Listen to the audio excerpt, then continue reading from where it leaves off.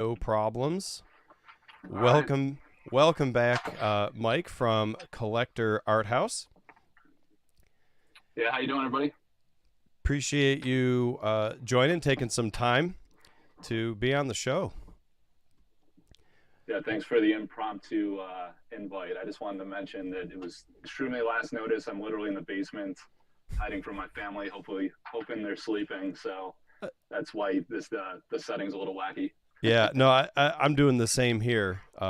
This whole thing gets produced in the basement, hence the channel name. So let's give people some background on why we're doing this live, why it's impromptu, and don't worry about that. We're just going to reset the camera. And why we're just going to go a little casual tonight. We've got, of course, some technical difficulties. That happens a lot of times when it's an unplanned thing. What's up, Too Fluent? See you joined in. We've got Dan in the house. What's going on, fellas? Okay, so here's the background context. I did a pack opening earlier today with this sample test pack and was really excited, and I'm still really excited. I probably, this is a big moment for me because it's the only sorcery product that I've ever held in my hand. And but what I didn't realize is I guess how many people would be interested in it so early. You know, the Kickstarter product hasn't been delivered yet. And, you know, I started getting people hitting me up on different Discords and they're saying, hey, great video. And that was awesome. And then Mike reached out, who runs, and he runs Collector Art House. And I've been on that site. And he said, hey, there's some cool and interesting things we could talk about with those cards that you just cracked. If you want to go a little deeper, you know, let's chat. And I said, absolutely. So that's why we're here today. We're going to go back over the cards, but we're going to go deep. We're going to talk about history, lore, maybe alterations, anything that Mike might have in his head. And Mike, feel free to augment what I just said there if I miss anything. Sounds good. Yeah. Yeah, we'll just play it by ear, go card by card. I'll tell you, Okay. some things I might know, some things about the card background or the artist, things like that. I'll share whatever I can. Okay. And then you know what? Why don't we, before we dive in, I'm going to switch us over to your site really quick just to kind of let people know who you are, what you do, and, you know, why you're even on the show. Because to me, you're sort of an expert in this space right now, given that the space is so new. And if, you know, people come out here and take a look at your site, you have curated all sorts of historical information, cards, there's interviews, there's articles.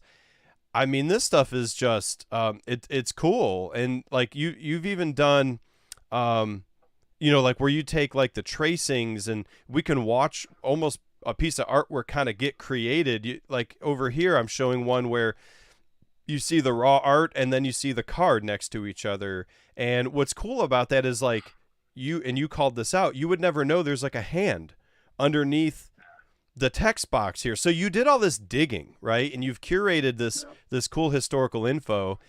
And so that's why I kind of consider you an expert in the field at this point in the game. And really just kind of look forward to hearing, you know, what you could tell us about the cards.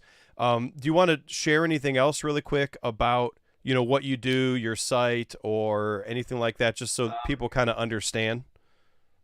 Yeah, sure. Yeah. So I heard about the game probably September of last year. I think the Discord was stood up in August of 2021. And one of the guys from the Flesh and Blood scene, David Batten, who runs the Flesh and Blood art house, we're both into art and stuff, obviously. So he told me about this game, Sorcery. And I started looking into the artwork and learning about Erik's background and pedigree with Path of Exile, Grinding Gear games, and his connection to like vintage Magic the Gathering, and then like starting to see, obviously the art struck me immediately. And then as I looked into it and saw that he had commissioned a lot of Magic the Gathering alpha artists and other TSR era D&D artists, all types of different genres beyond that, which I've since discovered. But what really caught me initially was the Magic artists, because I played Magic as a kid in the 90s, kind of like elementary school up till middle school when I relocated. And Yeah. got disconnected from my childhood friends and the whole scene. And so I've been out of like TCGs for like almost 20 years. And past few years, things started heating up and the nostalgia started kicking in like midlife, So Flesh and Blood was the first thing that kind of gave me the old vintage Magic vibes. And then Sorcery was like a whole new level in my mind with the traditional hand painted artwork. And then I just like became very active in the Discord. And when I found out about the Magic artists, I wanted to start interviewing them. So that's what prompted the website, which I built like late 2021, I think it was. And then because I was doing Q&A, if you go to the site, there's a lot of maybe 12, 13 interviews with a lot of the sorcery artists. I want to do written Q&A to respect their time. This is actually my first time on camera at all. So I've been doing like overhead cam. Just recently I set up a YouTube channel, but I was predominantly Facebook group oriented. I run the primary sorcery Facebook group, fan page group. So it's not like officially affiliated with the company. And I just, like you say, I've been building out that website. I did a lot of data mining, like psychoanalyzing the things Erik would say, making inferences. I just really got into it and got passionate about it. And then I made connections with a lot of the artists, and I now work with them in more formal capacities. But as I interviewed them, I got to know them, and that's how I got pretty knowledgeable about like the art concepts and how, why they designed the cards like they did, and Erik's approach to art design. And that's kind of it in a nutshell. I run a bunch of Facebook groups and a Discord and website and all these different things. So, somebody had just asked if you were part of the team, and I answered for you because I asked you that yesterday. And you said you weren't, and you're basically just a super fan, and that passion is what built the site. Is that accurate? Yep. Yeah, exactly. Yeah, just a fan. People like misunderstand that all the time in the Facebook group. Like I always try to tell everybody I don't represent the company. Like Erik gives me no proprietary inside information. That's why some of the stuff I conclude, it might be true. Others is like definitely speculative on some of the background or like future direction. Like not a lot of us know much about the future direction of like releases beyond Arthurian Legends. So well, what I liked is in your articles, you'll call out certain things where you don't know the 100% fact. You actually will say things like this could change in the future as we discover more. And I think one of the articles was actually related to these sample cards where you had like pack counts. Like I think we're up to 48 of these art sample card packs, but 244 of the silver. But I think those are some of those numbers where like we don't know 100%. Like we could find out that there's more than 48 of these. We could find out there's more than 244. But I like that you kind of call that out. And I think you called that out in your video as well. Because I was watching it because I'm like, well, I have one. So I went to your stuff to learn, to figure out what I even had in my hand. Okay, cool. So that said, let's dive into what we've got here in front of us. Because I know people are kind of waiting for us to kind of look at some of these cards. I wanted to call out, I've got one turned up, okay? And the reason for that is I recently learned that, and this wasn't from you, but I want to hear your side of it. I recently, let's take this out of sometimes the camera just doesn't look as good with the little penny sleeve on it. I heard that Mage Hunter looks very different, and there were a lot of changes compared to where it is today. And it dawned on me that I was like, oh, wow, yeah, that's right. If these are samples, we don't know. Like, there could be tons of changes. I do happen to have, I'm going to pull up this is on my computer here, one of the newer iterations of the card. So I can't really get them next to each other really well. Okay, maybe I could like this, but it's flipped. So just kind of, if everyone watching could just take a look, I'm going to point out a couple of things. The wording says Genesis, kill target spellcaster minion nearby on this newer iteration. It's also a 3 mana and 2 power. So if we go back to the card in my hand, the sample I just opened, look at that ability. It says spell immunity. That's it. Like totally different. And then the power is 3 on my card, and the mana is only 2. So it's like so the sample is a more powerful card with less mana cost. I don't know if I can say yet that the ability on my card is better or worse than the ability on the new card as far as like OP standpoint. But when I hear something like spell immunity, that sounds OP to me. That sounds really, or at least it could be powerful in a lot of circumstances because it would be immune to spells. And the other one doesn't say that. So when I started seeing that samples could be as different as this, I was like, what else don't I know? Right? Like, what history don't I know? What other cool story, facts, lore revolve around cards like this? And so I wanted to start with this one for those reasons. Yeah, there's a lot to unpack there in what you just said. So these cards, like getting back to the provenance of these cards, the first sample cards, I went back and found some information in the Discord from things Erik had said. Very early on, he was a lot more active before he got super busy with his Kickstarter campaign and working through the fulfillment logistics. So he was more active and he was kind of sharing stuff as he was progressing. And there was an image from, I want to say November-ish, 2021.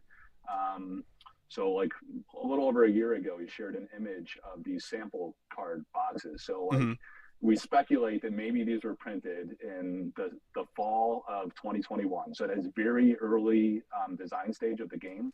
So there's been tremendous development, evolution of the cards. And as you just kind of pointed out, there's everything from name change, the titles have changed, the mana cost and threshold cost, the type line text, which is the text line above the box.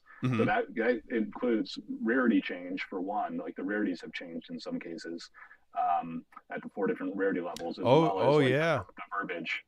I didn't even notice that.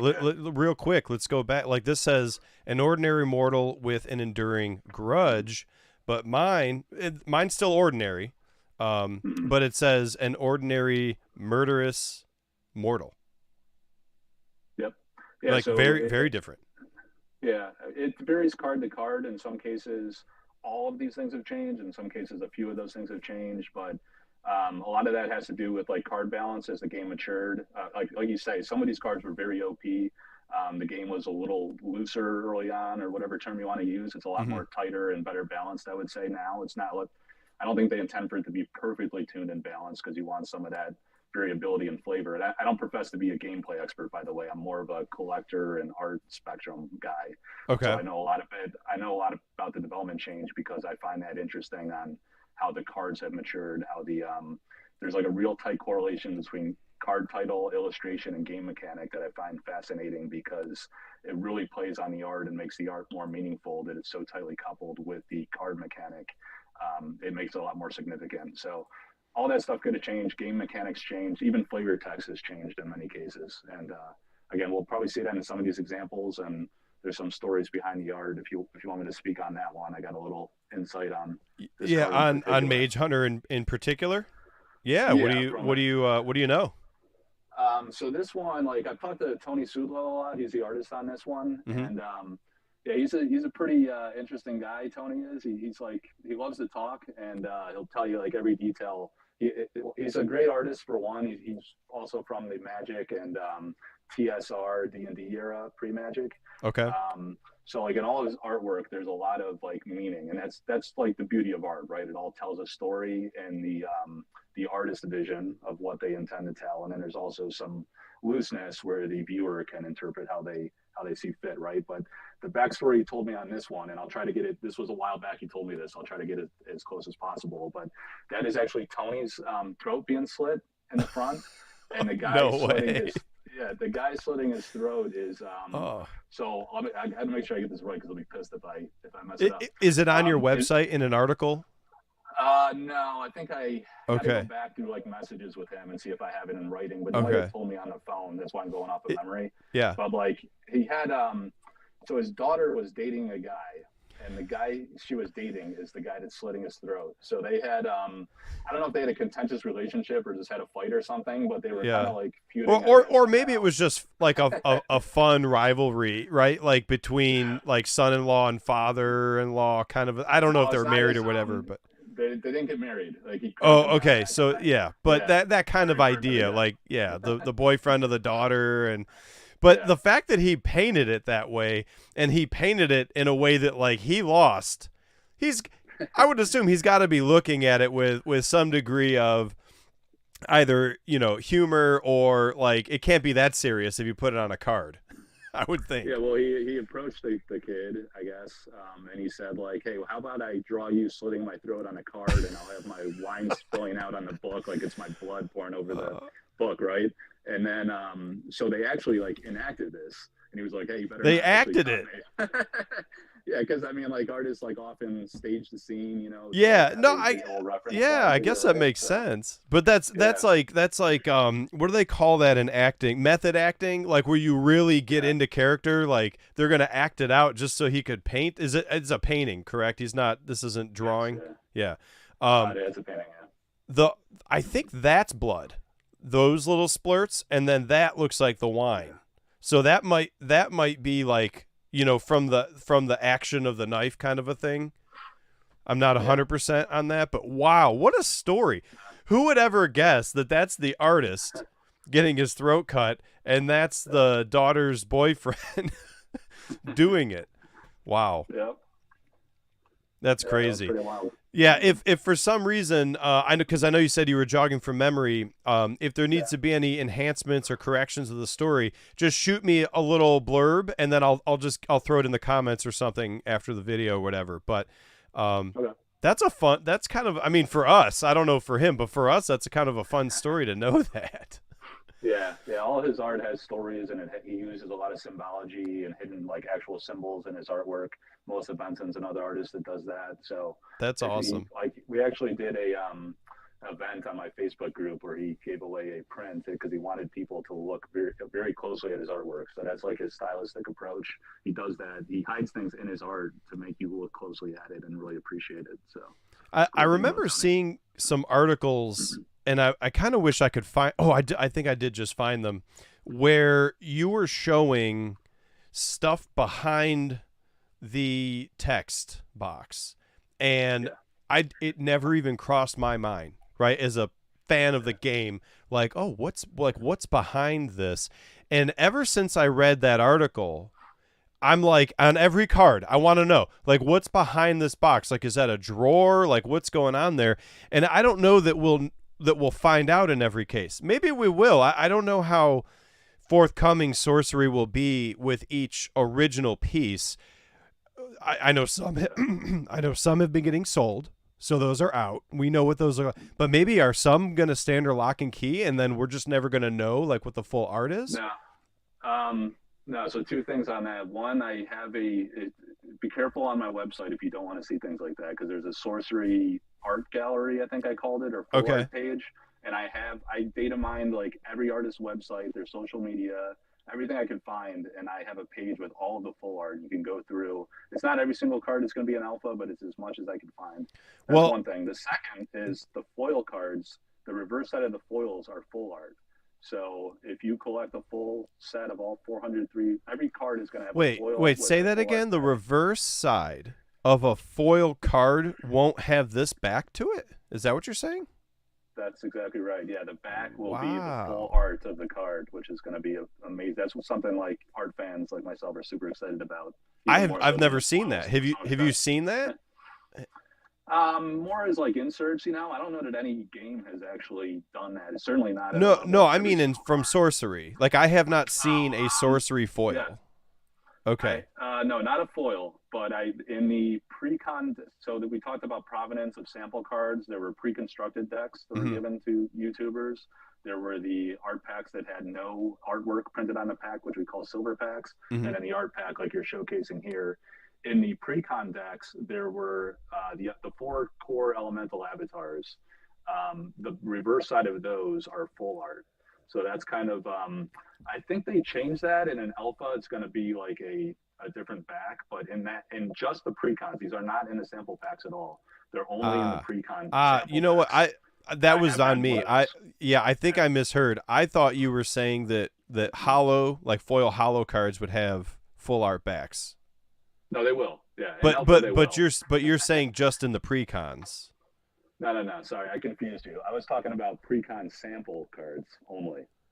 So Okay. in the there was like these Trust me, precon I'm easily sample decks. confusable, so don't worry about that. So pre-con sample cards only. If they're hollow, they will have a full art back. No, no, no. So Okay. there is no foil sample cards. There's going the company obviously did some test printing of foils, Mm-hmm. so they have like shown on social media, different platforms. They've shown like sheets of the foil cards. Mm-hmm. I'm sure Erik has like individual foil cards, right, just for test printing, Mm-hmm. but those have not been disseminated publicly at all. So they've only given out the non-foil cards. So in alpha, there's going to be all the foil cards in the actual alpha set Mm-hmm. will have a full art back to them, a non-foil full art back with no text boxes. So what I was saying about the pre-con sample decks Mm-hmm. is those have the elemental avatars because there's a deck for each elemental avatar: earth, Okay. wind, air, and fire. So each of those has one avatar, and the back is a full art, but it's all non-foil and sample card form. Got it. Okay. Yeah. Okay. Now, I heard you say the word alpha at one point in here. What are you considering the alpha? Is that the Kickstarter stuff?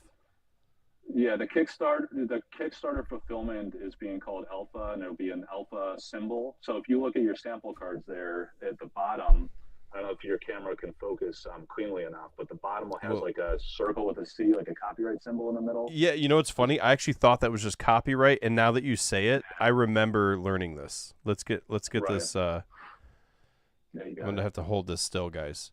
So we're talking about that symbol is not a copyright symbol. Correct? That I'm not positive if it is or it isn't. Honestly, I think no, I just mean its purpose isn't to be copyright. It's to be the set symbol.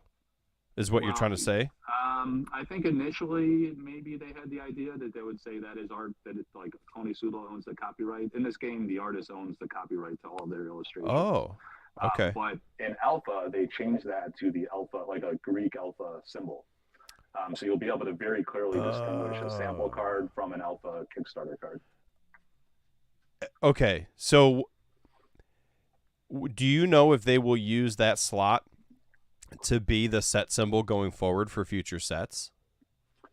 I don't think they've publicly spoken on that or disclosed that. So, and they haven't told Okay. me. I didn't That's say very publicly, that's very subtle though. Yeah. Like I And it's would like, never there's, even there's no date, like a lot of games have dates. Yeah. So that's an interesting wrinkle as well.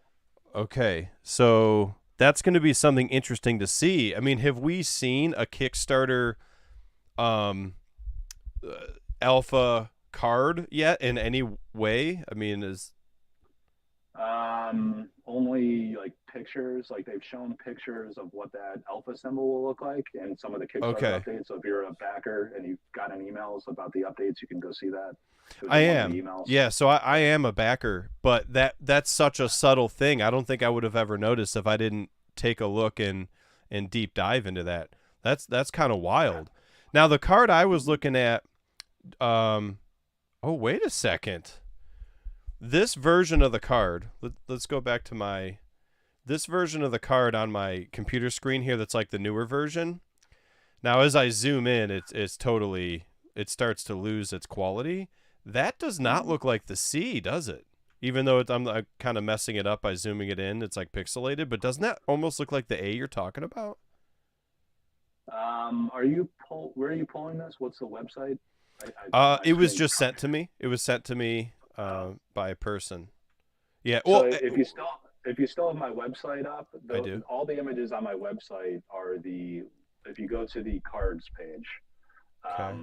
and there's like all cards, or if you want to go to the Tony Sudo page, I have it organized by Oh artist. yeah. Okay. Yeah, because like we could find this card. site, Yeah, and that is the alpha version that's going to come out in Kickstarter, and of course they caveat everything is subject to change, but this update came out in the last couple months and they've been in print, so I think this is final. Yeah, it won't let me it won't let me zoom in, but I think maybe I could download it.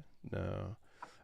No, but that looks like the A. I see what you're saying, and you know what? I think the one I've got here is that one. Okay. It's a look at that, guys. Wow, that's cool. Like, just I heard this somewhere and totally forgot about it. I feel like I'm relearning it. That is cool. So that's how we can tell the sample cards don't have the A. They don't. Yeah, that's right. They don't Yeah. have the alpha symbol. Yeah. Yeah, the samples won't have the alpha. Because I was wondering, we'll move on to some other cards, guys.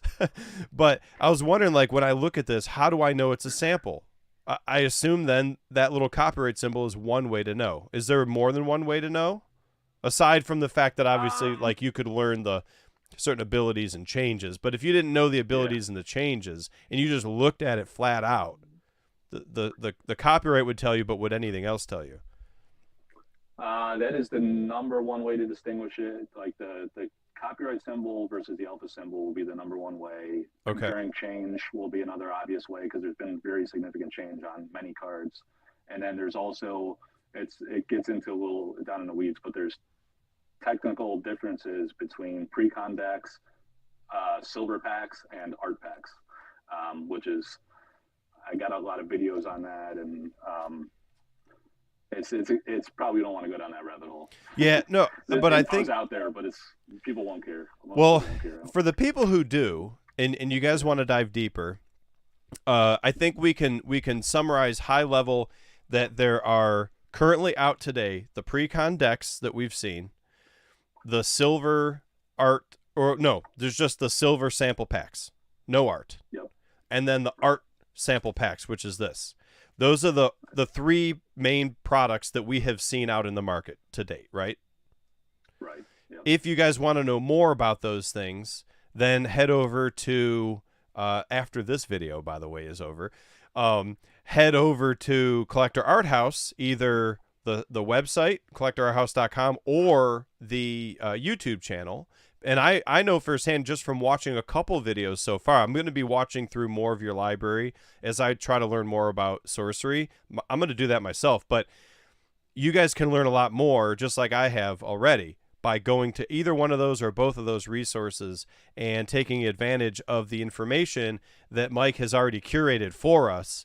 And maybe that'll give us like a good foundation to kind of start with, so that by the time Kickstarter comes out, we've all kind of got like the foundational knowledge of the sample stuff, the art, the version, the silver version, the pre-con, and then we'll be ready to go to download new information about the Kickstarter set and going forward. And then that way we don't get kind of left behind. Because I know sometimes if you get into a game and you're like 2-3 sets in, you kind of feel like, well, I got to learn, I got to go back. If I really want to understand what card's in my hand, I got to learn all that stuff. Otherwise, I'm not going to be able to tell the difference between, a sample card and a non. In some games, it's easier. Like they might just throw like a border on it or something. But with sorcery, these are subtle differences that you really got to know what you're looking at.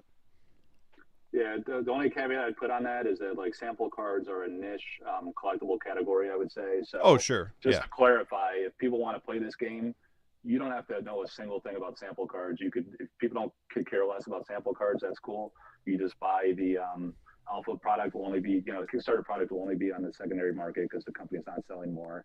But then beta is supposed to follow within a few months. So let's say they've been saying 8 to 10 weeks maybe. Tentatively, you'll get the beta, which is or whatever they call the follow-up release. So yeah, you can come in with zero knowledge on those and be good to go playing the game or collecting fresh. And no, totally. Actually, that's a really important distinction because I'm looking at it pure, like I'm a player and I totally expect to be able to play this game and learn it and play it all the time. But I'm also a collector, and that's totally from a collector's standpoint. A lot of collectors want to know that back history because, well, look, if one of these cards came across your plate and maybe you weren't even expecting it, I mean, that stuff happens because people don't know what they have and they just they trade it, they sell it on eBay or whatever. You want to be able to identify that. So, for collectors, yeah, that may be more valuable. Somebody was this, let's see, Gerard Miss Musprime says, I look like the hunter, can't hide behind those glasses that I've got. That's funny. So let's talk about the Atlas and let's take one of the sites, because I feel like this is a really cool aspect of the game. So from a player standpoint, and I'm going to take the sleeve off again, I love that the land is in a separate deck called the Atlas, because I've played enough Magic games where I had gotten mana screwed, as they say. Either way too much mana or way too little mana. It's chunked up in the deck or whatever, despite how good I shuffled. This kind of solves that problem because you choose if you want to pull a land or if you want to pull a spell. There's still strategy to that, but it's your decision. It's not a random luck of the draw of how well I shuffled, so you kind of take that out of it. So I really love these Atlas cards. So let's flip this bad boy over, see what we've got here. Don't drop it. So we have the Watchtower, and this is an exceptional site. Also, site is the term, not land. I keep using land because I'm 20 years into Magic, but I gotta switch terminology here. But if you guys hear me say land, it's a site. And this one says nearby enemy stealth is negated. From a player standpoint, and this is, I'm still learning. Hopefully I'm not wrong here. Nearby should mean left, right, top, or bottom. Directly next to this card is nearby. And there's another word, which I used in the other video, and I can't even remember what it is, that refers to the corners, to the angled grids. Do I have that right? I know you said you're not as much into playing, you're more into the art and the stuff, but that's a basic thing. Do I have that correct? There's been rules changes. I'm not fully up to speed on some of the subtleties of gameplay. Yeah, and I know you already told me you're into the art, the history, and that kind of stuff. Yeah, so you're off the hook. But let's see. No, that's adjacent. So they're saying somebody is saying I might have it reversed. That adjacent is next to top, bottom, left, right, and that nearby is the corners. It's everything. Yeah. So nearby would include adjacent. I'm pretty sure that's correct. Yeah. Yeah. Okay. So and this is one of those things too where that's such a basic thing. Anybody who actually learns how to play, they're not going to need me to tell them that. They're going to learn the rules and we're all going to figure it out. But none of us have playable cards in our hands unless we were sent pre-con decks. So we're none of us are really players yet. Yeah. Somebody is saying that they don't think samples are even legal. Then again, Sorcery is not really a tournament type game. So yeah, that's kind of interesting. I wonder what the official ruling would be. If Erik were to give judgment. Are sample cards playable? Are they not playable? Maybe the answer is hybrid. Maybe it's chat about it with your play group, and if everybody's cool, then you just play with them. I kind of like the idea of playable because you could have some one-time only prints like that Mage Hunter where they totally change the ability and the mana cost and the power, and it's almost kind of like I don't know what to compare it to in Magic, but maybe some early alpha reserve list card or alpha beta unlimited that never got reprinted. Sort of, right? Because it did get reprinted. It just totally got changed. So if you want that extra power, you'd have to actually get the sample. But I don't know if they want to do it that way because there's so few samples that I don't know if you could say that. So yeah, we'll see. Is there anything interesting about this art or this particular card that you could think of with a Watchtower? Well, so the artist is Jeff Menges, who's from Alpha Magic: The Gathering. So he's one of the, what I call iconic or legendary artists from the early days of Magic that we know from, a lot of his alpha cards like Raised Dead and Swords to Plowshares, a huge one by him, Bazaar of Baghdad from Magic. Those are some of the iconic cards from his portfolio. So he's been, around for a few decades. Super nice guy. I just met him at the IX Art Show in Reading, Pennsylvania a few months ago. Okay. He's got this, very distinguishable classic style that's kind of persisted over the years. That's the beauty of this game, there's such diversity in artistic styling. And then each artist has their own very unique style. So when you see these cards, after you've played a little bit or done any basic research or once you start playing, you're going to see the cards and you're going to know that's the artist. And that's a big focal point of the game. I mean, Eric's a really brilliant art designer, and his selection of artists is pretty fascinating. Yeah, I was looking for on your site Ian Miller because that's one of those ones where you can tell, and let's just show people who haven't seen, you can tell the line work is like Ian Miller, like that. Like, look at the River of Flame. These are some of the cards we talked about when I first originally talked with Erik for the first time on the show. But like Warp Spasm, you know, it, I wish my browser would let me zoom this in a little bit more. It doesn't really. But if you guys could get a grasp of the detailed lining that's going on in every little facet of Warp Spasm, like, of course other artists can do that kind of stuff. Like, it's, other people can do things that other people can do, but there are styles though that I feel like artists kind of embody, they take on. And I think you can see that, like, when you look at this collection right here, it's just that line work, between, like, let's say, these four cards kind of really have, even this one down here, the Geistwood, has a lot of line work. Smokestacks, it's like it does, but it's just not like end to end, on the card. It's not like border to border line work, but that's a style to me. And yeah, I totally get what you're saying. Like, I would pick that up if I saw that now. And this was something I heard Erik say, from across the room. I would see that from across the room, and I would know. And then I'd remember, not only is it River of Flame, but then I'd remember, but that's also Ian Miller too, because of the line work in River of Flame. So I totally get it.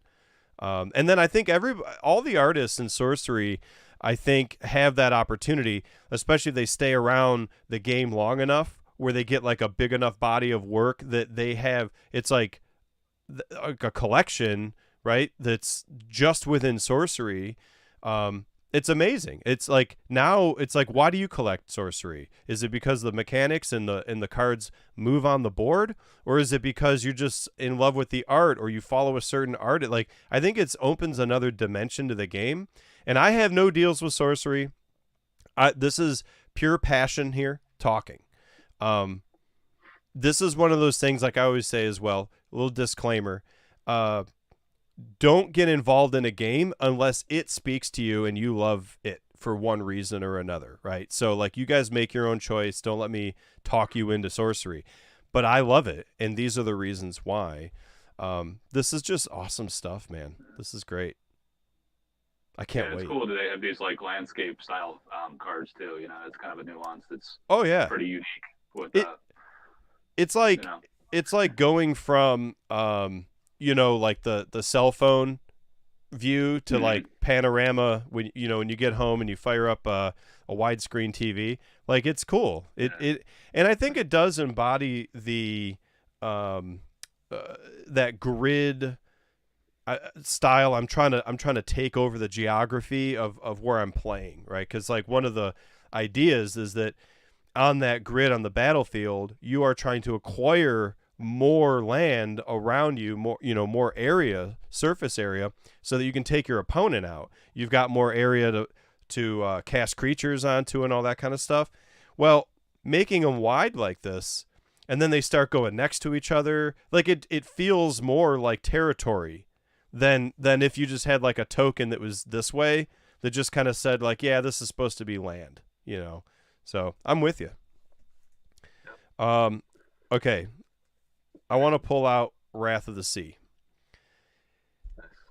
Okay, it's the only elite that I have. So, and I'm trying to memorize these. I just said it too. So you have what? Ordinary, exceptional, elite, and unique. Did I get that? Yep. I think I got it. And there's a reason why it's the only elite that you have. There's one slot in every pack that is going to be an elite or a unique. You get one or the other. Okay. I want to say the uniques are it's either 1 in 4 or 1 in 5. People get confused about this all the time. 1 in 4 or 1 in 5 packs. So you're usually going to get, on average, an elite, and then every so often you'll get a unique, and those are going to be. And then there's levels of rarity to foil cards. So to get a foil elite or a foil unique, or to have a sample card in an elite or a unique, is extremely rare. That's going to be even more. So A foil in Yeah, Wrath of Sea is like some number like rarer than just pulling a non-foil Wrath of Sea. yeah, absolutely. Yeah. Okay. Some of the fans or viewers of the show are confirming that samples are not supposed to be play legal, and we're getting a few people saying that. So I feel like that's probably, if multiple different people are saying that, that's probably legit. Um, but of course, and here's somebody else just mentioned, hey, if you're casual with your friend group and everyone's okay with it, I mean, who's going to stop you? It's the same thing. Yeah. Today you've got banned cards in Magic. That's like, but if people agree, do what you want to do casually. Very cool. So, what is there any special story or history behind the art or the card in general of Wrath of Sea? Yeah, so I did a interview with the artist here, Matthias Frisk, and a behind the art feature on this specific artwork. So Matthias is the one cool thing about sorcery is that Erik kind of like reached beyond the breadth of your traditional TCG artists. So you have these legacy D&D era artists and Magic artists, but you also have artists from other genres that do like album covers or heavy metal album covers because Mm-hmm. he's Eric's from Sweden, I believe. It's a big heavy metal scene, and he's into heavy metal. So he's been exposed to that art, and he likes it, right? And it looks awesome on cards. So that's how you get like Dan Seagrave and Matthias Frisk Absolutely. is a he's in like a I don't know if he classifies it as like death metal or hardcore or what it is, but he sings. It's like the screaming style vocals. He Mm-hmm. is the lead singer and guitar player, and he also just so happens to be a brilliant artist on top of that. So he's incredibly talented, super like nice and humble guy too. Like those guys come across like real tough and intense, but like when you talk to him, he's like a sweetheart of a guy. And so this scene here, the main tower there is from his hometown in I think the town's called Scannage or something like that. Mm-hmm. It's on my website if you go read the interview. And there's like that one tower is like I don't know if it's like a chapel. I forget off the cuff what he said the building was, but it's like a prominent landmark and building in his small little town there that he wove into the image. And if you really look closely at this art, if you see it in the full art, if you go to the full art page on my website, or once you like get the I, card in full art, yeah, I'm there's a trying to lot find of it. detail. There's a lot of detail going on within this card, like a lot of just the nuance of like the waves and stuff. There's a Oh, lot I of like found it. tremendous detail and brushwork, and then there's like some monsters like emerging from the wave crest, if I remember correctly. Um, so just yeah, on the website in the interview there was a full art image of this card. You could see a little better, but yeah, can you see the monsters kind of coming up on the crest of the wave? It's a little Oh, small on my screen. dude, I never noticed that. That's Yeah. awesome. Look at the eyeballs. Wait, we And gotta. let me tell, like when you get your hands on these cards, guys, like you really discover it takes it to a whole new level because you What? discover these nuances that you take for granted when you see it on a website or just a still image. It's pretty wild. Hold on, let me get back to this. Let me see if I could. I want to see what else is going on in the card. Okay, so I could see teeth. Look, there's teeth Yeah, up here. so That it's like is, the wrath of the sea. I mean, to me, it's a double meaning. You have this yeah. chaos of this monster swell that's going to like crash down and destroy this town, Well, and then there's literally like monsters in it, um, doing what the hell they're gonna do. and like, there's like, look, there's little boats in here I never saw. Like, there's Yeah, definitely stuff going on. Look at the depth. Like even just under the water there. Like there's like, you know what I mean? He's got topography. Like yeah, you don't even have to go that far, right? Like when you're drawing this art, like you could just stop at the top level of the waves and the swells and stuff. Like, but no, nope. We're gonna go deeper. We're gonna get the topography of the earth below the water.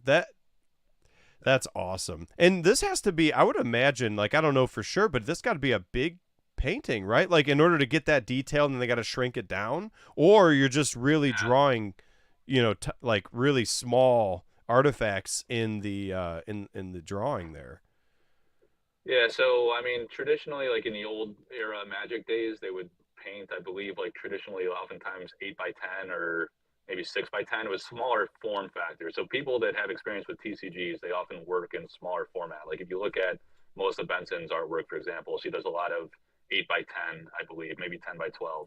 So it's smaller form, knowing that it's going to fit into the card. But yeah, like some of these other guys coming in that have not done work for TCGs before, they're just pure to their craft, you know. So Matthias Frisk, he works in. If I could show I just so happen to have an original here from Matthias. All his are Nice. coming across. Yeah, all his are this size, right? And it's on. He works on panel board is the medium here, and then he's got kind of like this cool like emblem he stamps it with on the back. You know, it's signed by him and stuff. But it's 16 and a half by 23 and a half are the dimensions. So that is pretty large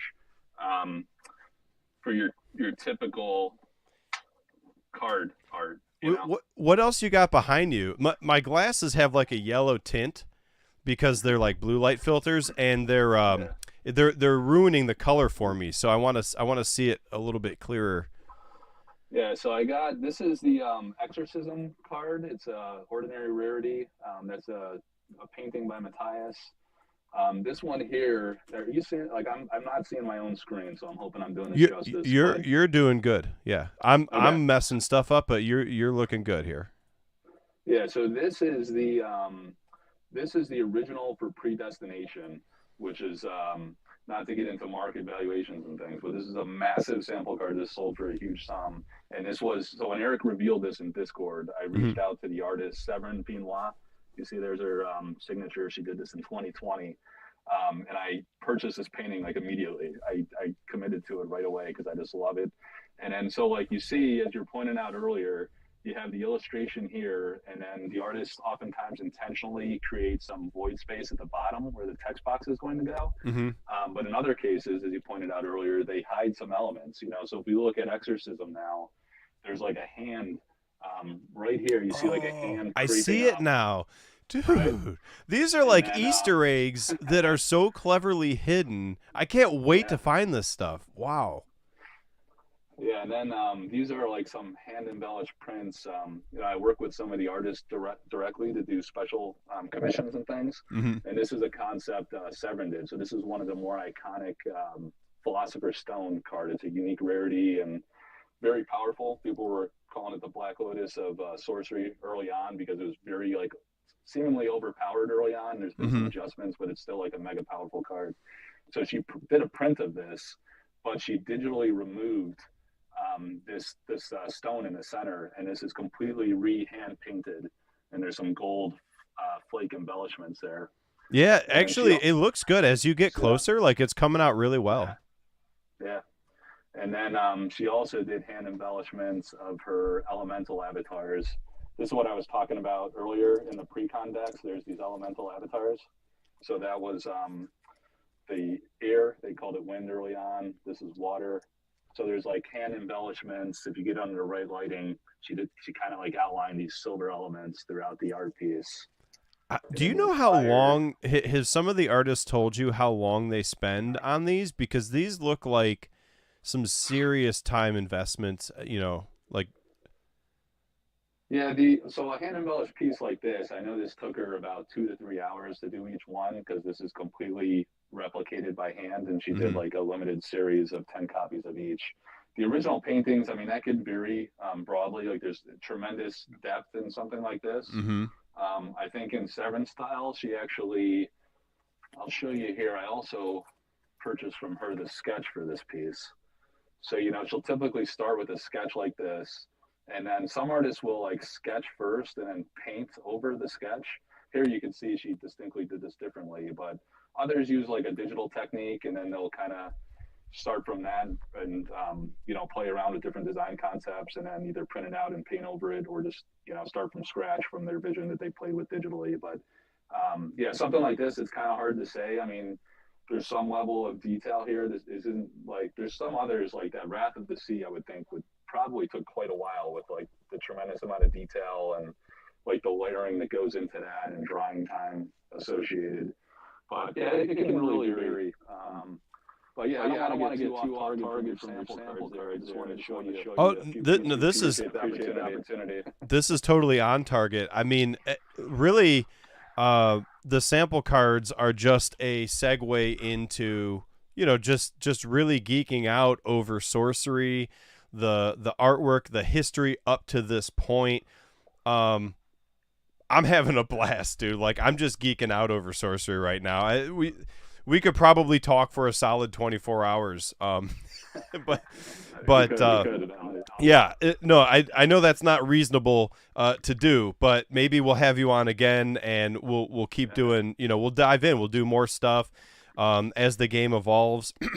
So let's see. We've done 3 cards. How many people are following here? I can't see We the numbers or anything. we've been ranging in the high 20s, low 30s. Right now we have 24 at this exact moment. Cool. Let's see. I kind of almost want to, because we've been going now for, what has it been? Like not quite an hour, but we're getting close to it. What do you think about doing like a fire, I forgot what they call that, but basically just fire shot. If you know something about the art of the card, what it is, some kind of cool, like a factoid, history, something, and then we go on to the next. And we just kind of like do like a fire stack. I'm going to call it a fire stack. That's not what it is, but so we have Extinguish. All right, yeah. So this one is done by Brian Smith. He's one of those guys I talked about earlier that comes from like a non-TCG. He's never done a TCG ever before. Some of these people, like Erik, just I believe discovered on ArtStation through if they did metal album covers. He might have been listening to an album and like the cover caught his attention. I don't know how exactly he discovered Brian Smith, but Brian does a lot of his. This guy's like completely self-sufficient around art, and he markets it through like Instagram and Facebook, like social media, and he has like a built-in following where he can like develop pieces and sell them. But this is like it threw him for a big loop doing his first TCG and seeing like some of the valuations on the artwork, the prices they're selling for these originals because of the premium people put on the association to the game and the card. But since he's never done TCGs, like he brought a different. It's like he doesn't do much sketch work. He'll just dive into the painting. So like Erik's design style was like very loose, and oftentimes he would just give the artist the title of the card, and they'd come back with a sketch. It's more practical, so you don't have to completely redo something. Sure. In his case, he would just paint, and several times he had to repaint these pieces multiple times, and he was like, it took me like a month. He didn't like it. I had to completely redo it, and then 2-3 months later, he finally gets like paid on that commission, and it's done, and it's used for the card. Well, so. I even wonder if some of those could potentially get reused in Sorcery in the future. Hold on, I got to reset my camera. When maybe a whole different card comes out and it just works for like a future card possibly. You bring up a good point that I'm connecting. Something you said before, the artists retain the copyright to their art. So does that mean that any art we see on a Sorcery card, I shouldn't say any because there are certain things, but are we saying that most art on a Sorcery card, the artist could decide to put on something else and sell it? Is that what that means? I don't know. I mean, it's possible the contract might preclude something like that. What it means is they own the rights to their artwork, so they can sell the original painting, they can sell sketches, they can sell replications, prints, embellished prints, whatever they want, play mats, T-shirts, anything. They own own the artwork. So they could make money off of reprinting it, but maybe there's some speculations about like competitive. Like maybe you wouldn't want to let them put that on a Magic card or something. Maybe, right? We don't know the details. We don't know. Yeah. Okay. I'm not sure. Yeah, it was a question that came to mind because once they own it, it's kind of like, for one, you wouldn't want someone to think that card is the only way you could get the artwork unless you bought the original, and then you find out a year later the artist put it on a T-shirt. You know what I mean? So, and maybe we don't know these answers either. So I'm going to look at this as like, it's a question. It doesn't sound like, do you know 100%, or should we leave that one open and we'll see if we get that answered later? I know 100% that they can print it on merchandise. Okay. Because I personally worked with artists to do that. I know Melissa Benson on her website. You can go on there and you can order a calendar with sorcery artwork, or you can order a T-shirt or a mouse pad, like things like that, right? Mm-hmm. I just don't know about your other question. Can they use it for a different game or TCG? There might be like an Got it. exclusivity Okay. clause, possibly. I just don't know. Yeah. Gotcha. Okay. Sweet. Yeah. Someone finally told me the word I was missing. Rapid fire. Okay, so we'll go faster. We'll make this an actual rapid fire now. We got Root Spider. Yeah, so this is Melissa Benson, one of the Alpha Magic artists. So yeah, I don't have any special insight on this card in particular, other than it's a Benson. Can you tell me anything? Is this just the artist mark? There's like a in the corner. The resolution isn't great, but Let me if it's like an M over a B, yeah, that is how Melissa Benson signs all of her artwork. It's actually her initials. Okay. It's like an M and then a B. So she has that. If you look at like her magic cards or more modern sorcery cards, they all have that. Which is Okay. Yeah. Because I've noticed some cards will have like a mark and some cards won't. Yeah. Yep. All right, we've got preference. Slumbering Giantess. Yeah, this one is Liz Danforth, I believe, right? Mm-hmm. She's You are correct. Another artist that she did Magic. Hymn to Torak is her big iconic Magic card from I forget the set off the cuff, but she did like Tunnels and Trolls, I think, back in the before my time, 70s, 80s, I want to say, and maybe TSR, D&D stuff. She's been around for many decades, very established MTG background artist. I don't have any particular insight into this one specifically, but her big popular artwork is Mirror Realm. And again, you go look at her artwork. That's a big popular one. I mean, even just hearing some of her other works is still it's just cool to connect the dots, you know. Here we have Midland Mercenaries. Yeah, this one is Jeff Menges again. Yes. Yep. So this one is now this is one where the title of the card has changed very significantly. I think it's called Eremos, something or other. Maybe I don't even know if it's Mercenaries still or not. But yeah, that was like a big fundamental change. Some of these titles make you wonder if there's some like cultural context, and that's in my research into these artworks. I sometimes Google that or ask the artist like what the deal is. Some of them have cultural context, like Spear of Destiny is a real story and like historical lore. But yeah, this one, I would say that is probably the largest change. I think it's an ordinary still. But yeah, another Menges classic. You just kind of know it's him when you see it, if you know anything about Jeff. And I don't know if you saw, I switched over. I found the card on your site. It did keep Mercenaries, but it changed it to Aramos. And hopefully I'm pronouncing that right. I'm not 100%. Yeah. Some of them are tricky to pronounce, who knows. So we've got the other site that I pulled, Bedrock. Yeah, Bedrock. So this is Adam is it Casper or Caspar? Caspar. Yeah, this was an interesting one because I built my website and I researched every single artist that was listed on the official Sorcery website, and Adam was not listed. And then I forget how I found this card, but I found it somewhere, and I asked, maybe it was like revealed much later on, right? So I asked Erik, like, what's the deal? Like, why don't you have this artist listed? Is this a real sorcery card? And I think it was like a late add to the project, and it turns out he is friends with Mikhail Nagipal, who lives in, I want to say Slovakia.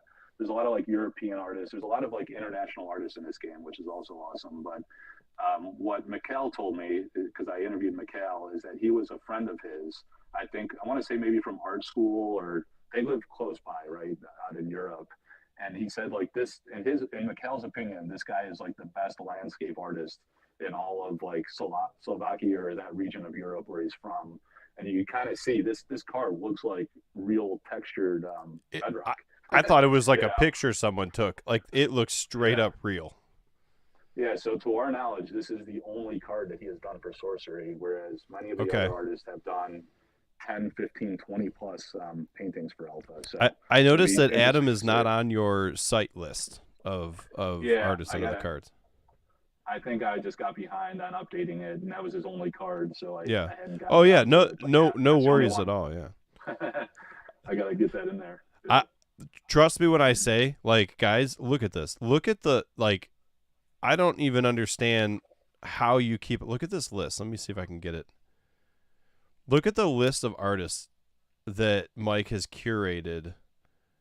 The knowledge that you have acquired and then curated onto this site is astronomical. Like it I don't even understand like the stuff you're able to just spit off the top of your head right now. I mean, it's obvious like you had to put this together on the site because there's no other way. Like you can't fake that knowledge.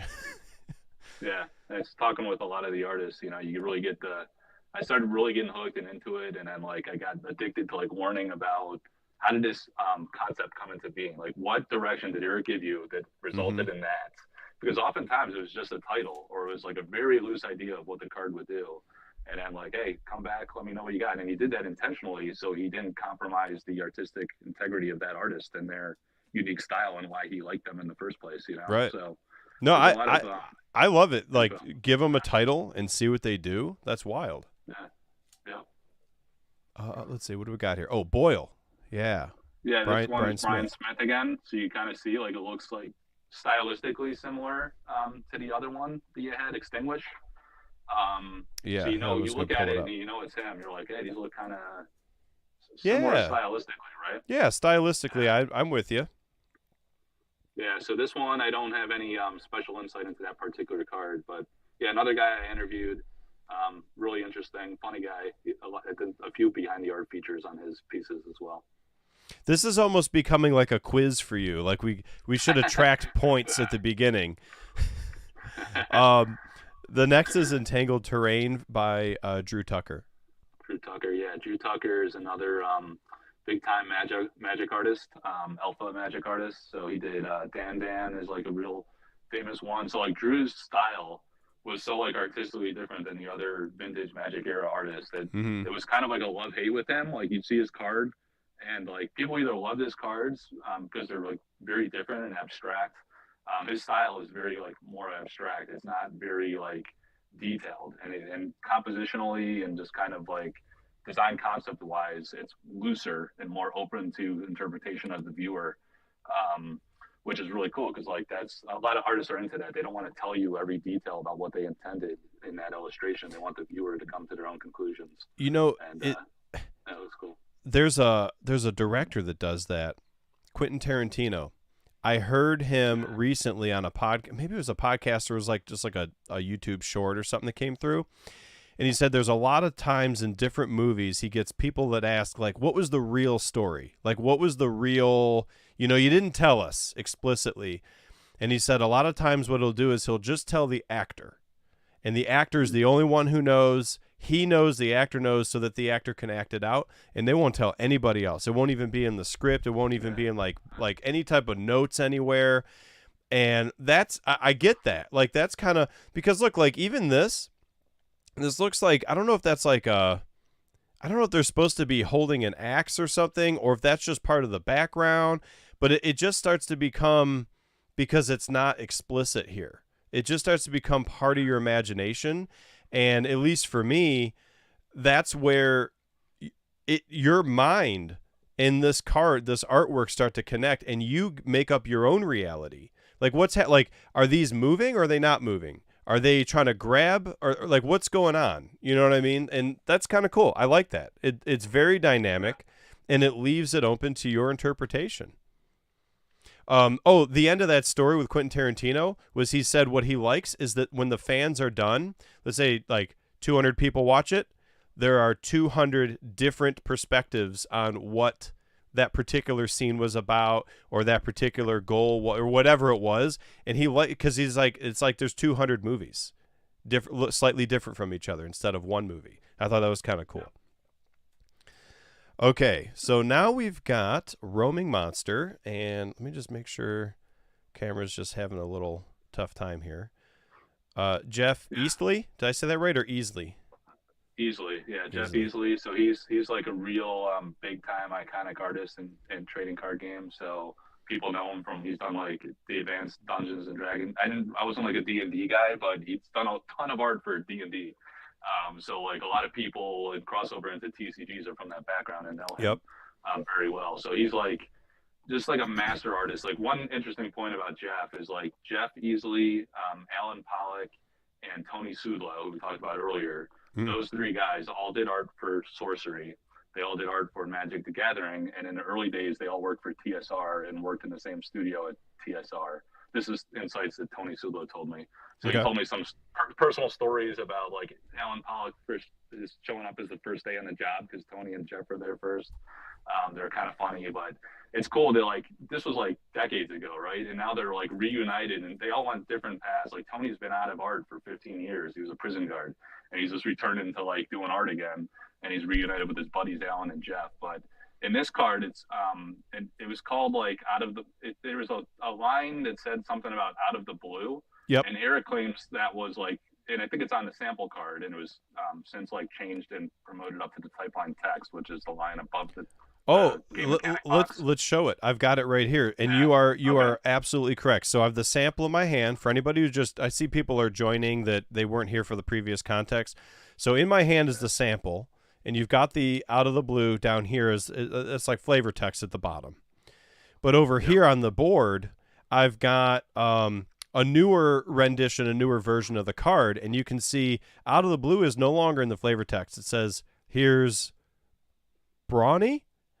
And then up like up there, Bronny. yeah. And then Here's here Johnny. at the end of the, what are we actually calling this? Because it's like it's almost like the.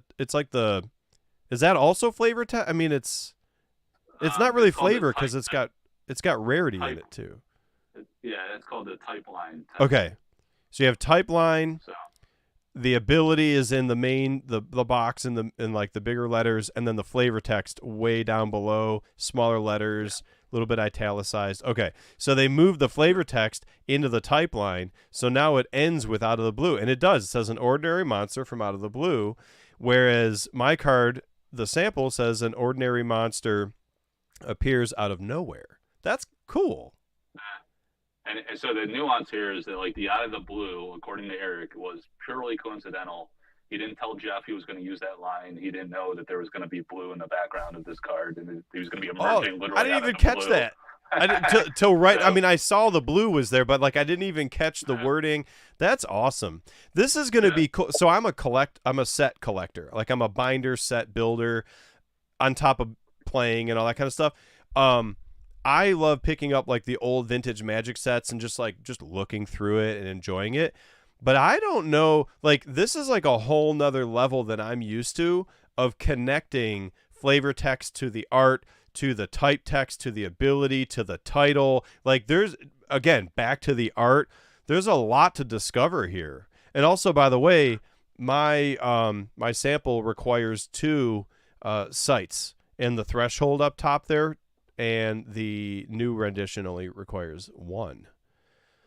So yeah, it's not a huge. I guess it's like you might consider that a huge change, but it's not a huge change in the sense that the power is the same, the mana is the same. yeah. Cool, very cool stuff. Here we've got Men of Leng. Am I saying that right? Leng. I think so. So this is another Drew Tucker. So a lot of Drew's pieces and others in the Alpha set draw inspiration from H.P. Lovecraft, which I don't personally know a lot about. I didn't like read his stuff, but I actually I got to know Drew like coincidentally. Like I think I put like a message out to the artists that I wanted to interview them. And like I was blown away when like Drew Tucker and Jeff Menges like reached out to me. I didn't even like ask them if I could interview them. They emailed me. They're like, hey, I saw your message. Yeah, I'd love to do an interview with you. Let's do it.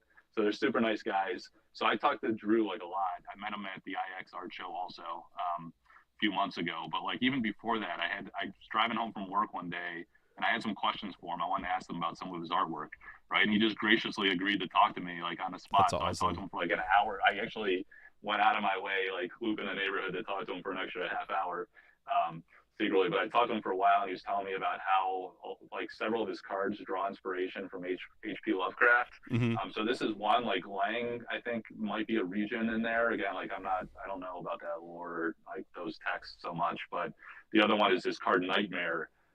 If people go and look for that one, the Nightmare artwork is that was the one he told me a lot more about, which is has a lot of depth to it and his process and like what's going on Here, in that piece.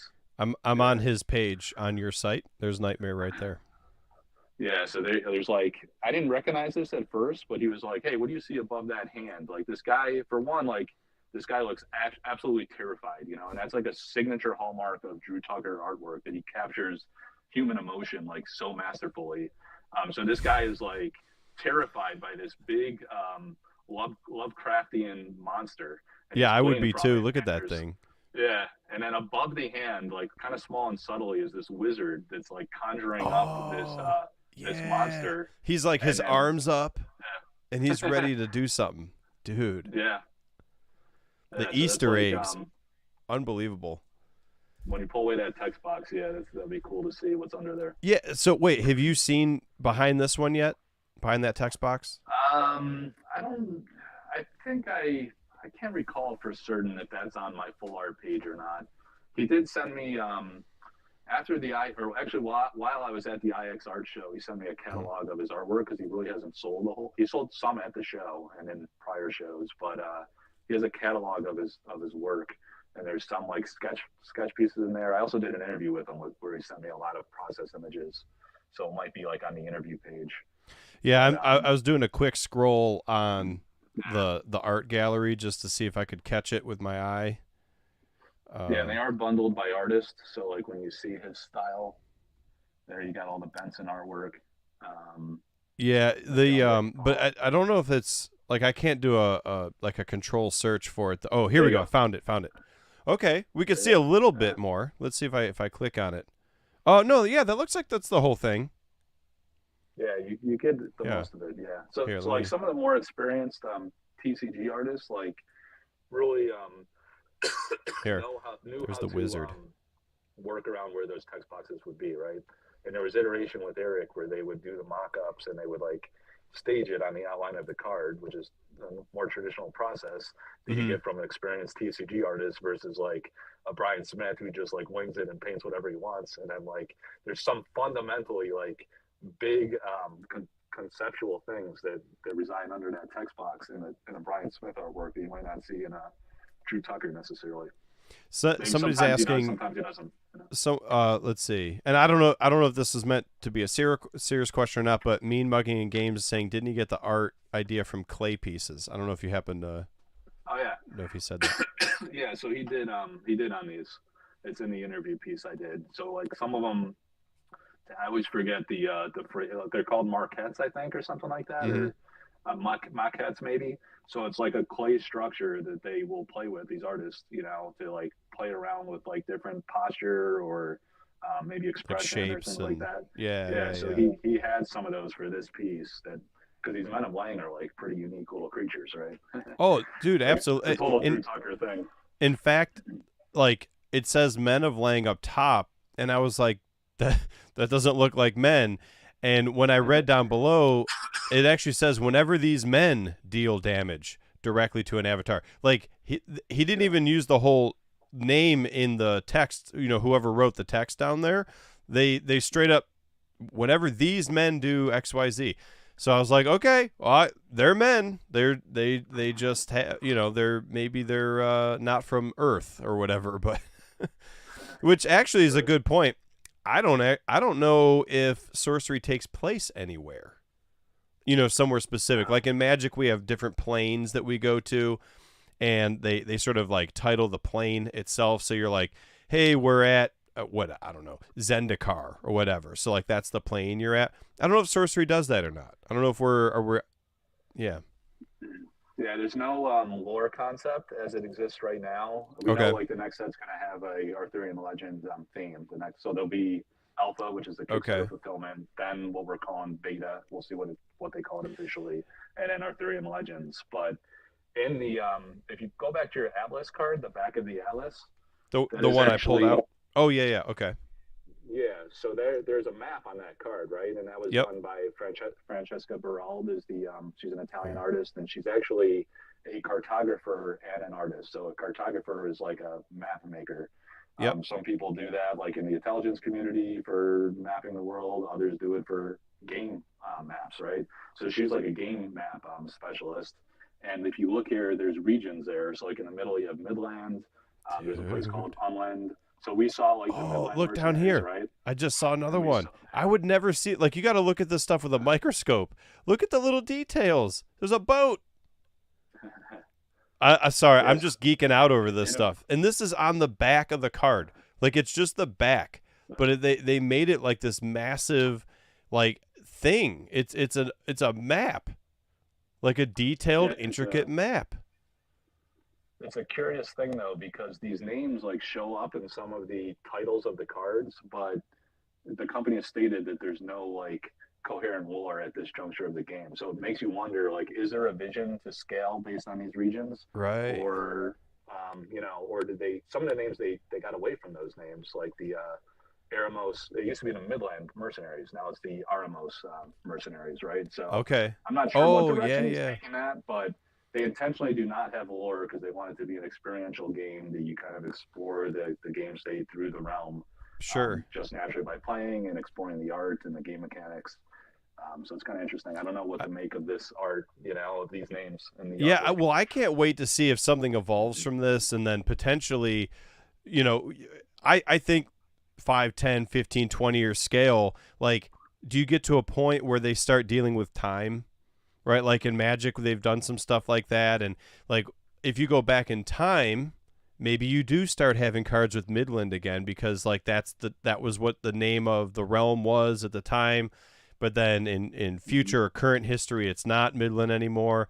I don't know. I did propose a really wacky idea to Erik about taking the grid and like could we have temporarily can we extend the grid a slot or two to the right or to the left, and then um you know I don't think he was into it then, but who knows with enough time if anything like that ever comes about. But he did mention there are special cards with abilities though that can like pop out of one side and pop back in, which is a little different than what I was saying, but still very cool.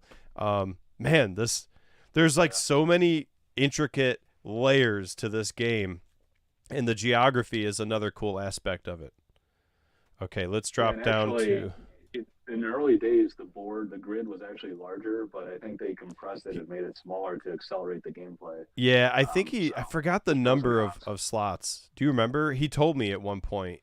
It was a lot. I don't. Yeah, not off the cuff. I would Yeah, think it was another like row or column or two. Yeah. that'll give you guys another reason to watch my interview if you haven't seen it with Erik. It's a two-parter, two videos.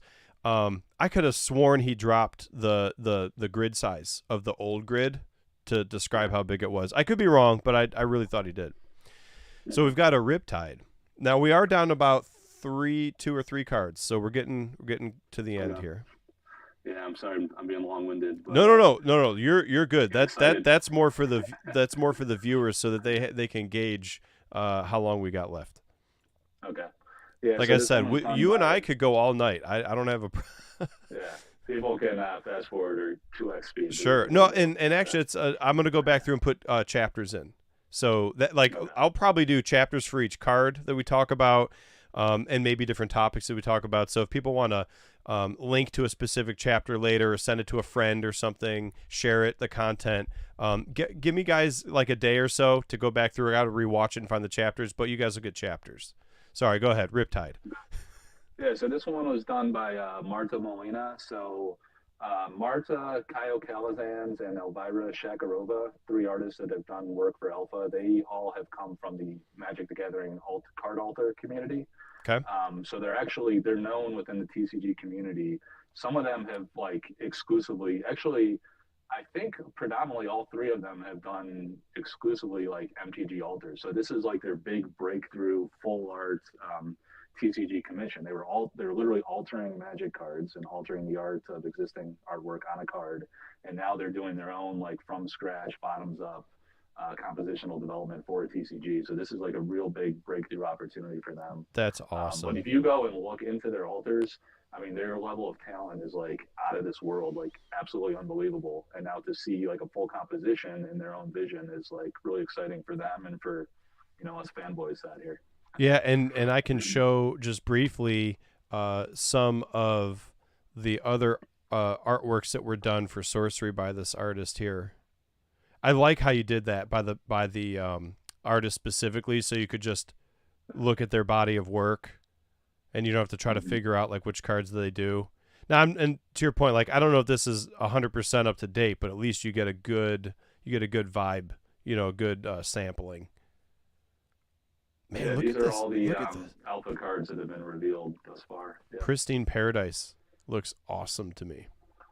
yeah, yeah. You notice like a lot are like in this landscape style. So he does a lot of like ocean scene type stuff, Mm-hmm. boats, ships, things like that. And then there's like a few that are actually portrait style, and those are gorgeous too, in their own right. But Yeah, for that mountain landscapes, are going to be pass. really nice. Ooh, I Yeah. love that mountain pass. So I'm big into like the winter, um, ice covered, snow covered. Like when Magic did Ice Age and Cold Snap and Alliances, that was huge for me. So like when I see stuff like this, I'm into it for sure. And the more snow covered stuff and ice stuff I can find, like that, like I need to have this in the. Well, I'm planning on actually putting together a full set from Kickstarter because I got a case. I don't know if a case will do it. I don't know if six will do it, but I'm hoping. Yeah. So anyway, The because I the want that foils card are in going my to set. be tough. You'll get a lot of non-foils. The foils are going to be pretty rare and hard to get them all. Sure. And I did notice this card changed slightly too. As you were talking, I was trying to show people, just kind of give a little point over. It wasn't as much, but in the actually, it looks like the type text changed just a touch, like one word, but then the abilities changed a lot. So catch was trap in mine, and then mine says move target minion to an adjacent water site, draw a spell. This one says target water spell pulls in an above ground unit it's adjacent to, and then draw a card. So I like seeing these differences. Like this is really cool. Yeah. And like so, the differences I'd say they're like largely twofold. The ways I would categorize them are two fundamental ways. One is that the game mechanic itself needed to change, or the rarity levels to limit Mm-hmm. the number of copies you could carry in your deck for a gameplay balancing issue or concern. But the other one is like the type line text, the flavor text, the wording on the card itself, the title, Mm-hmm. anywhere there's words on the cards, those were tremendously refined over the past 6, 9, 12 months to really tightly couple the illustration concept to the gameplay mechanic, so it's very experiential. When you see the artwork, you Mm-hmm. kind of just know what it does, right?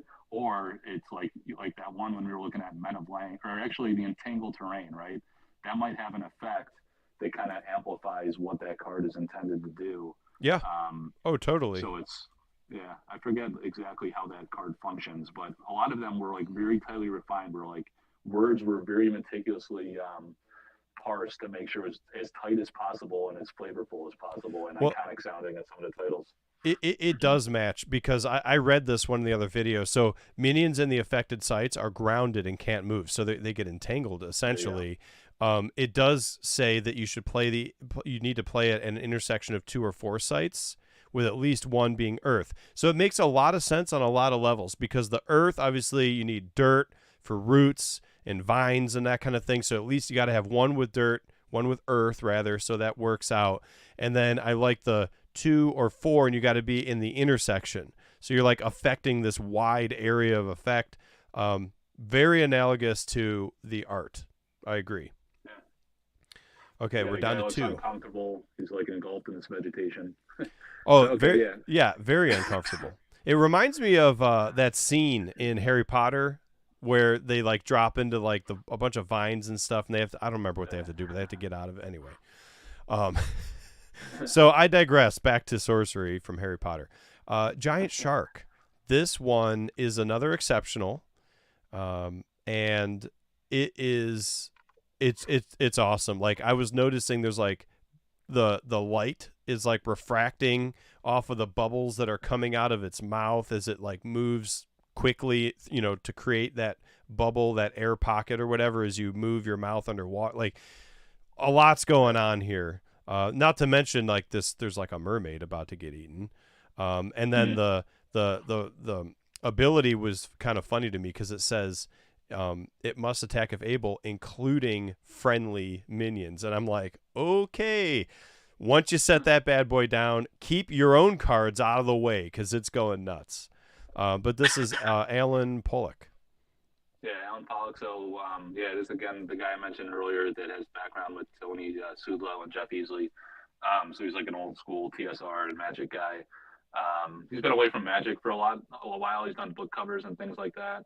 So on this one, when you look at his artwork, it just looks like so polished and refined that it almost looks like too good to believe it's actually traditional and not like a digital artwork. It's just like the finish quality is just out of this world, and all his pieces are like that. And now in this one, I think he talked about this one, and I asked him about this in our interview I did with him, and I think he said that mermaid was like included in there for kind of some perspective on how large the shark is and his mouth. And I think when you describe the card, it's consuming even your friendly minions and the enemy, So it's just like the mermaid enhances that perfectly. You see how gaping wide his mouth is. Yep. He's just like he's consuming everything in sight, right? It's like he wants to just get your enemies, but he's so big. He opens that mouth. He's sucking everything in, and they all go. I brought up his page too. Like some of these, like they really almost look like they're real. Like that was actually a picture taken, not a drawing. Yeah, he's like a master also. He was telling me about how he learned the discipline and the skill of digital artwork. So he has the ability to play around with concepts, but nevertheless, like to have also the traditional chops to then, like he might play with it on the computer as with a concept and maybe different colors and things, but then he could like make it happen with paint, and like look at the quality, like the finished quality of it is so refined. Like Tony Sudo is a master like this too. It's interesting because you look at Tony, Jeff Easley, and Alan Pollock, they're all like tremendously gifted and skilled at making things look very realistic and just like so refined and polished in a way, I guess is the best word. Totally. Look at this flaming sword. Like it's wild. It looks like it just got pulled out of a video game or something, like an ultra high res, but yet it's not. It was hand drawn. Like that's or hand painted, or like it's just the time it takes. I don't know how people do it because like I have no art ability whatsoever, but to make it look this real, with paint and pencils and whatever other whatever else they're using is just wild. Giantism. I'm giving people a quick little scan through of some of the other works there. Yeah, but this is a lot of good stuff on the site for you guys to dive into and really just geek out on. Let's see. I think we're on our last card. Yeah, there's only this last one left. So we've got Teleport. And that's so this one, Vincent. Vincent Pompetti. Mm-hmm. Yeah, so Vincent Pompetti is Italian artist living in France. I think when I met him, he's like, "Yeah, I'm Italian, living in France." So he's a super nice guy. Like I've interviewed him and worked with him on some projects and things as well. And he works in watercolors, so you can kind of see that come across in the artwork. And if you look at his page afterward, like you can tell it's watercolor, it's consistent stylistically. And he's done like, he must have done like between 20 or 30 artworks for this game for Alpha. He has a huge portfolio, and he's done a lot of like comic book work and stuff. So you kind of see that come across in his some of his concepts. My camera thinks it's a real face. It's doing the eye recognition. It's putting a little thing around its eye. That's awesome. Yeah. There we go. So this is the newer version here. Definitely some changes. The new version says ordinary magic of abrupt relocation. Mine in the sample says a quick silvery flow of ordinary magic. Very different there. And actually, this is one of those cases where the sample might be a little overpowered because it's got a 0 mana cost and only one site is required. So if we go back to mine here, if I get the camera to look, 0 mana. It's free to cast as long as you have that one site type that you need there, whereas the new one needs 2 mana and 2 sites. Yeah. Yeah, I think you picked up on like a nuance in the type line text there, like I was talking about earlier, like abrupt relocation. That's what the newer card says, right? Yep. Like that just sounds like so much cooler. Just Yeah. like the phrasing is just so thoughtful and fun. I think that really enhances the quality of the product at the end of the day. Like if you look at a Magic card, it's very simple. It tells Mm-hmm. you like the type of a card, and then it has a game mechanic. I think this like level of type line text is almost like a flavor text in and of itself, and it really enhances like what the card mechanic does, and then also enhances what the illustration is implying that it does. Yeah. So it's Well, really and cool. and look at what the actual ability is: teleport an ally to the surface of target site. That's huge in a game that's grid based like this, where you have to move, and you can just teleport, an ally there. If you look at mine, it says teleport target minion. The other one says teleport target ally. A little bit of a change. To your point, I love hearing about the progression because so a quick silvery flow is what I assume then if the artist even knew. I don't know if they even knew that much. Maybe they just knew the top, but if they knew, that could have influenced the art. But then later when they tighten it up in the wording to change it to abrupt relocation, it's like you get this progression.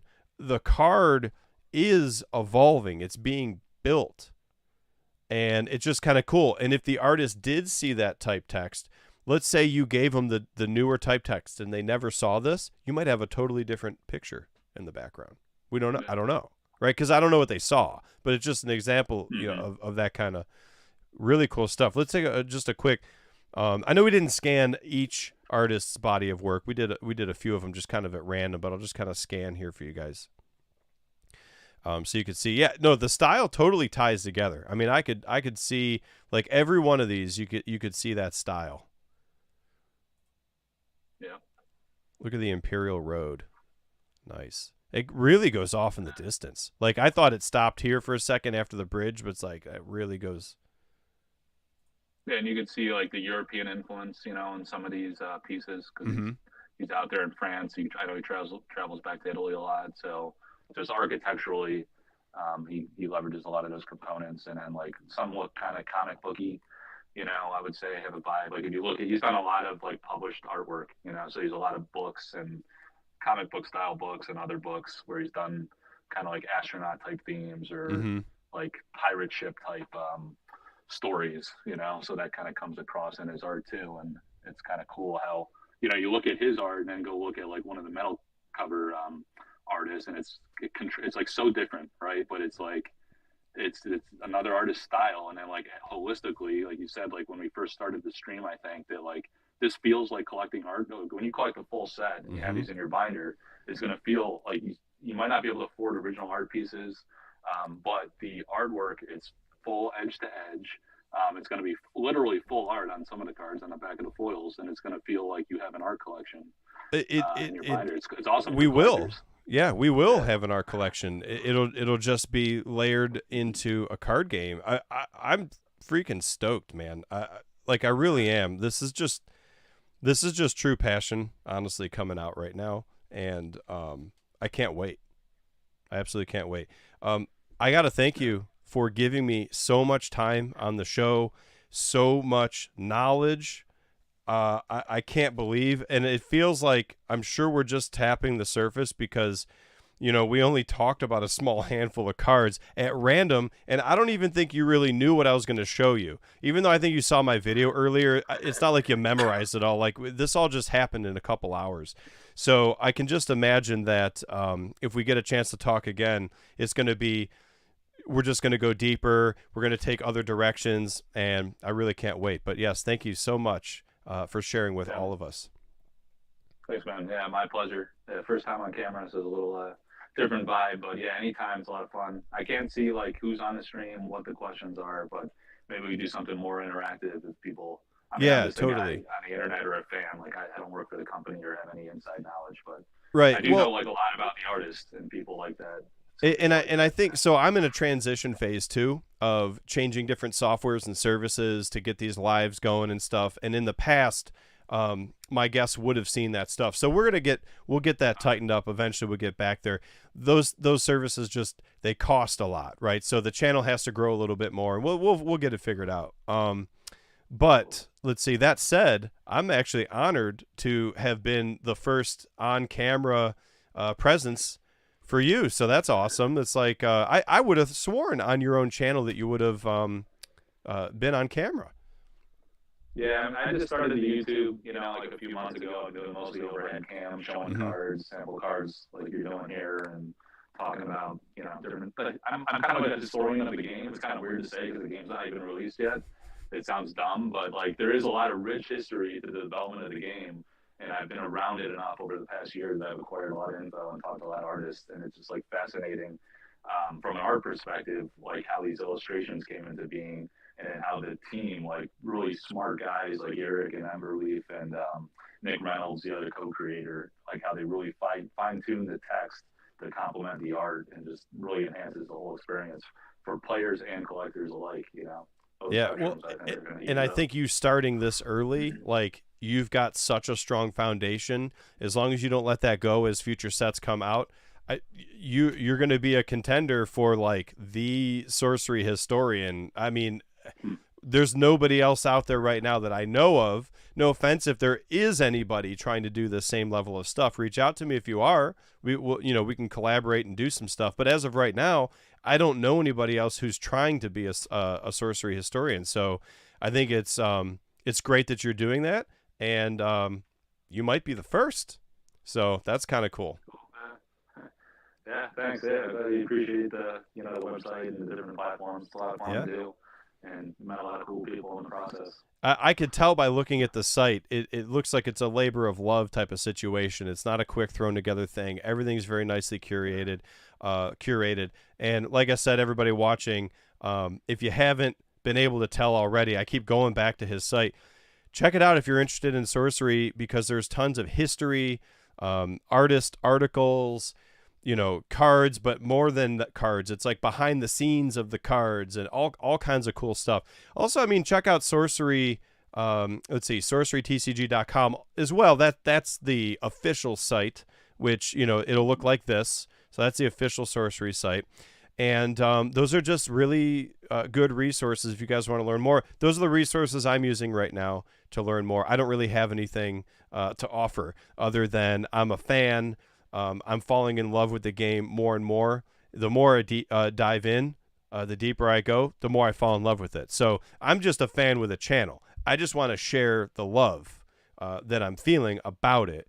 And that's pretty much it. So I kind of rely on you and, Sorcery and Erik and everybody else in the community who wants to, really become the experts in that background stuff. One thing I did learn, I want to throw out there, because I feel like not everybody knows this.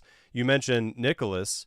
I think he was the one that actually proposed the whole grid format, the whole concept of having this grid that cards are going to move on.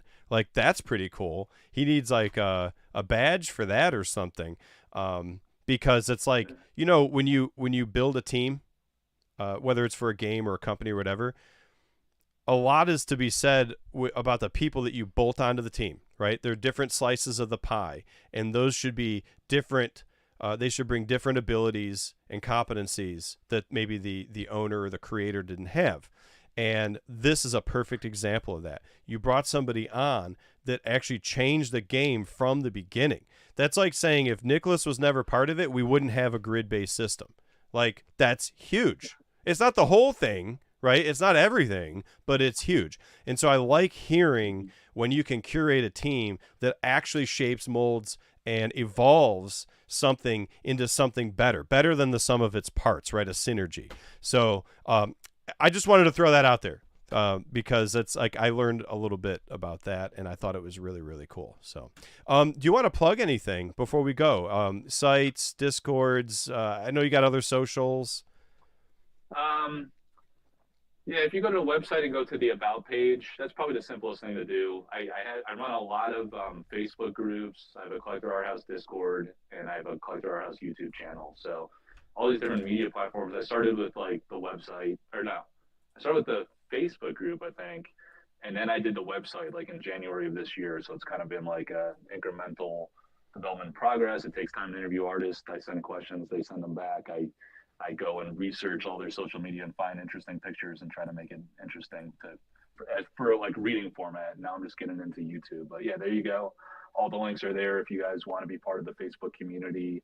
I'm trying to segment them a little bit because I started with this like fan page and marketplace style group, and it grew. It's about 1,300 people, which is pretty sizable for like a pre-release game. So that's grown tremendously. But I think after release, once everybody has product and they want to go to like different forums to buy, sell, trade, or they care about artist proofs and alters, there's a group for that. If they care about original art, there's a group for that. So I'm trying to compartmentalize a little bit. But yeah, if you want to just learn about the game, the website's a great resource. If you want to see video form about history of the game or see like sample cards and things, Collector Art House, YouTube. Appreciate the interest and the opportunity. Awesome. Thank you to you. I know this is spur of the moment. I was like about to go to bed, so Me it's kind too. of rough, and I'm literally in my basement, and I got little kids upstairs sleeping, so I'm trying to hide out. I'm in the same boat, and actually, what we're about to do, we're gonna wake up early tomorrow. We're about to do a Harry Potter marathon. So it's a 2-day ordeal. We watch 4 of them on the first day, which is tomorrow, and then 4 the next day. And we're trying to make it a tradition for like the New Year's kind of thing, because I've got 3 kids. They're all into it. I'm into it. My wife's into it.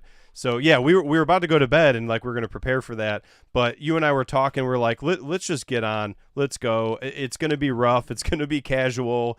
But man, it's just when you're really feeling it, I think sometimes you just got to pull a trigger and you just got to go. So Yeah, it's exciting. You got the pack, and I know you were like torn. Should I open it? Should I not open it? So I'm so you glad got I an opened it. You got a sweet pack there, man. And that Wrath of the Sea Elite, super rare and like one of the best artworks by Matthias. All his stuff is like you got to go look at the Matthias page. Like he's such an amazing artist. I love all the artists, but Absolutely. I'd he's say, a cool guy. like you've said, they're all amazing. Go out there and one by one, and don't do this all in one shot. Like soak it in, enjoy it, geek out on it.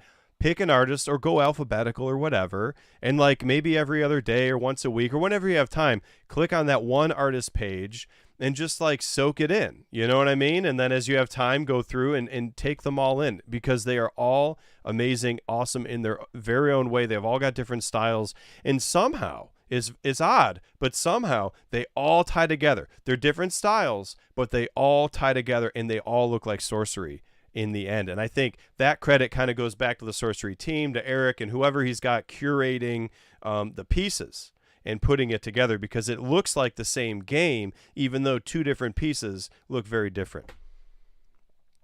I'm going to leave you guys with that. We're going to call that the the end of the show, or we're just going to keep going. If anybody who's been around my channel for a while knows I can do that, right? We'll pick a 1-hour show and it becomes 4. So let's cut it. We've got your plugs.